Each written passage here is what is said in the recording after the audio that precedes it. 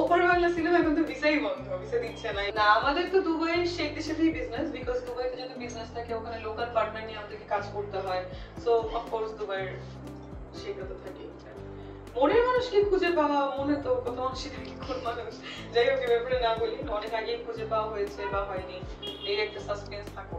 আমার 7 বছর ধরে দুবাইতে এটাকে কি বলে পিআর নাও, পার্মানেন্ট রেসিডেন্স। শুধু আমার না, আমার টোটাল ফ্যামিলি, এবং ওখানে আমাদের বিজনেস আছে, কনস্ট্রাকশন বিজনেস, কারের বিজনেস, এন্ড অলসো আমার ক্লিনিক আছে, ক্লিনিক মানে পার্টনারশিপ আছে।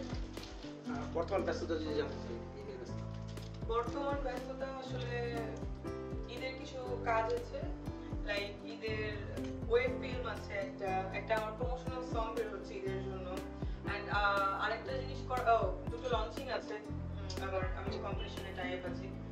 আর এই তো, আর আমি একটা ফেস্টিভ্যালে সিনেমা করেছিলাম, ওটা কানে যাবে, এন্ড অলসো মানে দুটো ফেস্টিভ্যাল আছে ফিল্মের, সেগুলো দেওয়ার জন্য ওইটার একটু কাজ চলতেছে। একটু শুনি ওটার গল্পটা শুনি, ওটার গল্পটা শুনি, ফেস্টিভ্যালে যাবেন না, ওইটার গল্প বলা নিষেধ, সবকিছু বলা নিষেধ, বলাই যাবে না, ওইটা বলবো, ওটা নিয়ে একটা মানে প্রেস কনফারেন্স হবে, তখন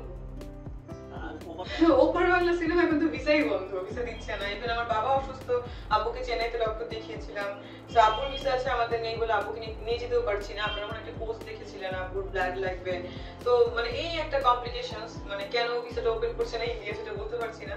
আর আমি তো আসলে ওপার বাংলা অনেকগুলো কাজ করেছি, সো এখন যদি ভিসাটা ওপেন না হয় তাহলে আসলে ভেরি ডিফিকাল্ট হচ্ছে, মানে জানি না কেন হচ্ছে না। গভর্নমেন্টের আসলে আমাদের এই ব্যাপারগুলোতে একটু নজর দেওয়া উচিত। গান আমি ওখানে এখনো ভয়েস দেইনি, দিব কিনা জানি না, কিন্তু গানটা রেডি হয়ে গেছে। আকাশ আছে ওখানে, আকাশ ওই দেশের, সো ও আমার এটা করছে।